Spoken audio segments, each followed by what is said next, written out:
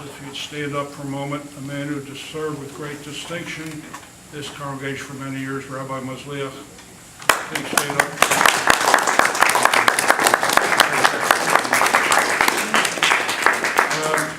Friends, guests, I'd also like to express my personal appreciation to Albert Gabai and to Gail, especially for the remarkable job they did in putting this program together. The synagogue is very fortunate to have people as dedicated as Gail working for them, and to Lou Kessler, who did a yeoman job in finding materials that could be used in the program. And Lou's in there, but I'd like us to give him a round of applause. Francine and Michael have given this gift in honor of their parents, Joe and Miriam Elmaleh. It's an expression of their love for their parents and for their unique inheritance. Miriam and Joe were remarkable people. They will and should be remembered by all who knew them. They were a team of two extremely accomplished and dedicated people, and very few knew how dedicated, how accomplished. I have a special feeling.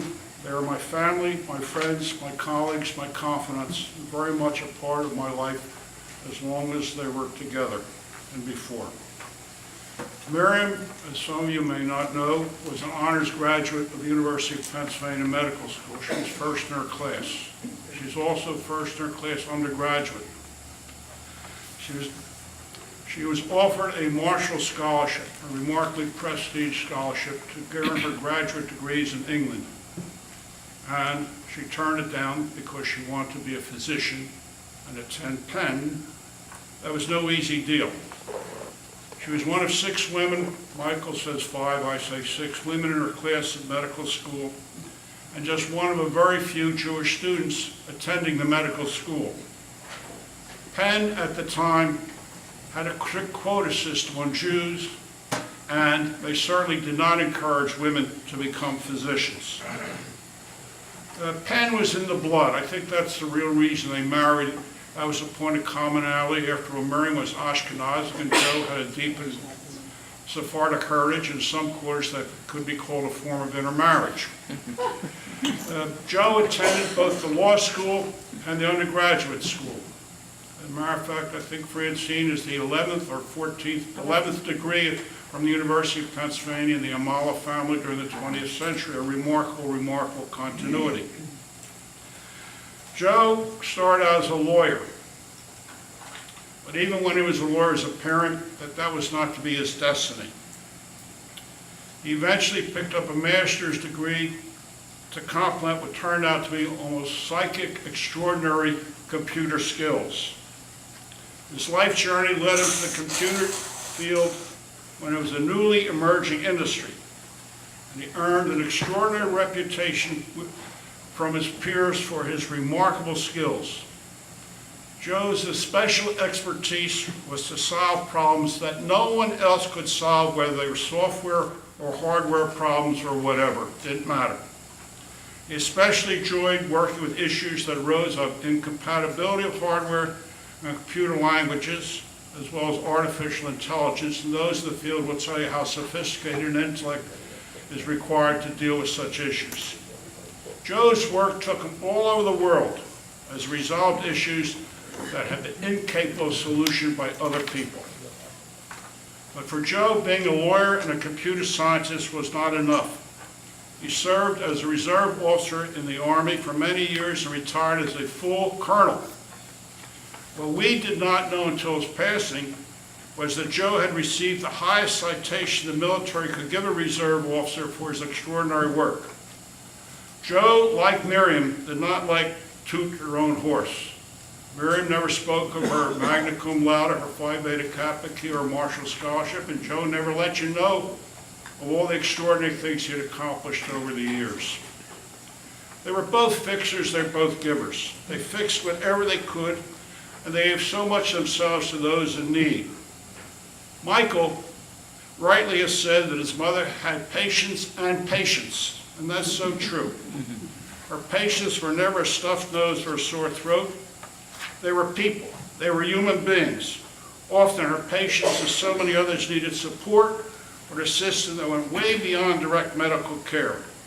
And Miriam was there doing what she did best, giving of herself, using her strength, using her intelligence, her great character, human skills, and honesty and integrity to help those guide in need. Nobody knows how many, because Miriam never let you know, never thought she did anything extraordinary. She just did what she had to do. It was simple. Someone was in need, she could help, so she helped. Nothing more need be said. Joe was not much different, but he'd fix anything that needed fixing, except he left people fixing to Miriam. That was her job. Joe would fix cars, he'd fix computers, he'd fix furniture, he'd fix whatever else. He even found an old bank clock once they just wanted to fix for the sake of fixing. You know, why is Mount Everest there to climb? Because it's there. Well, that's Joe's attitude. And he's particularly good when he could help people. I'll tell you a couple of stories. I had a huge party. Joe came early.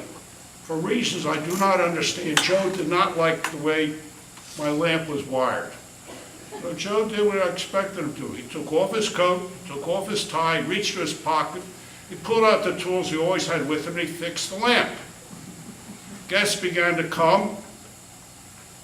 One guy looked at me, didn't know Joe. He said, "Schumann, what are you doing having an electrician at your party?" I said, "Hey, no electrician, that's Joe." But yeah, that's what we expected. Another remarkable time, I couldn't find him for a couple of days. I said, "Where were you?" "I went to California." "What do you mean you went to California?" A friend of his called him in the afternoon and said her computer had crashed. She didn't know what to do. She was in a state of hysterics. Said, Joe said, "I will be there. The doctor is coming." He grabbed the first plane out to California. He fixed the computer in the morning. And of course, he had lunch at his favorite kosher restaurant in Los Angeles, and he flew home by dinner time satisfied and happy. I happen to think one of the key reasons he'd been talking about eating lunch at that restaurant for a few weeks. But the point was, somebody was in need, and there was Joe to do the deed. All sorts of versions of that, and they all have the same ending. Joe liked to help people, he liked to do things, and his only requirement was a little sense of appreciation and thank you. It just gave great pleasure to help. The 63-year relationship between these two remarkable people was very much part of what the Mikveh Israel heritage was in their minds. Joe was born into the congregation. It was part of his immutable inheritance. I call it part of his imurashah, something that's absolutely immutable and transmitted, hopefully, from generation to generation. His father, of course, served the congregation for 75 years. But his grandfather and his great-grandfather were active participants well back over 150 years. They say well into the 19th century. Participation at Mikveh Israel was part of Joe, period. Just like his fixing things, so too was coming to Mikveh Israel, particularly in special times. He loved coming here and reading the Haftorah on the anniversary of his bar mitzvah. And one of his true great pleasures was blowing that monstrous, must be 10 feet long, I always thought, shofar of his on Yom Kippur, which I found remarkable considering that Joe was an absolute monotone, but he knew those notes pretty good. Francine and Michael were absolutely correct in insisting that a plaque bearing the name of their parents should be permanently attached to the portrait, noting that the gift was honored in their memory. This means to them, to me, and I hope to all of us, that as long as that portrait of Mr. Elmaleh is part of this congregation, so too there will be a meaningful statement on that portrait for people for whom this congregation has had, about people for whom this congregation has had significant impact on their lives. Joe and Miriam will also, in a modest way, be part of the Mikveh Israel heritage in a way that we can see. I only hope that Mikveh Israel someday will look and memorialize the so many other remarkable people who have passed through the portals. And so many here who've been around here a long time know exactly who I'm talking about, because each one of us knew so many of them, and they were wonderful people who should be remembered. They're all worth knowing about, as are Joe and Miriam, and I just hope that the congregation will follow through on this.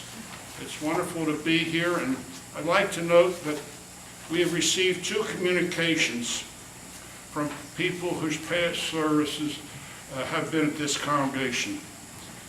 Rabbi Gabbai will read what is received from Alan Carey, what Alan Carey sent him last week. But I'd like to read you what Rabbi Marciano, Prosper Marciano, sent to Francine last week.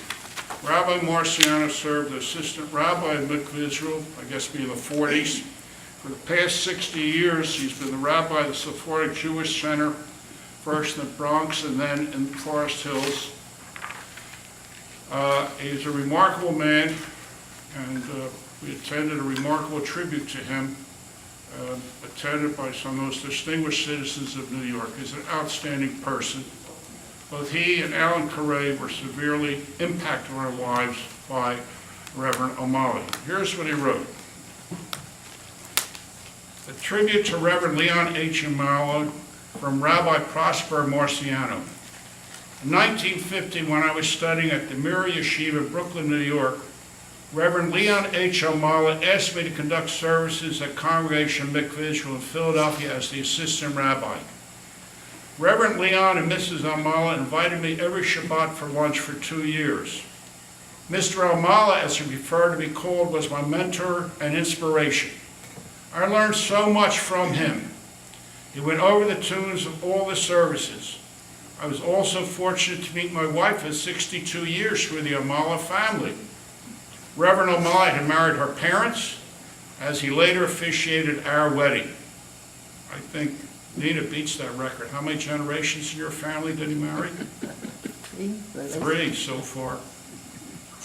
He instilled in me a love of learning. I was able to earn a PhD from New York University. I'm forever grateful to Rabbi and Mrs. Elmaleh. Sincerely, Prosper Marciano. With that, I will ask Nina Bernstein to please come forward and say a few remarks. And, Nina, it's wonderful that you're doing it. Oh, by the way, she has her great-grandchild here today to listen in.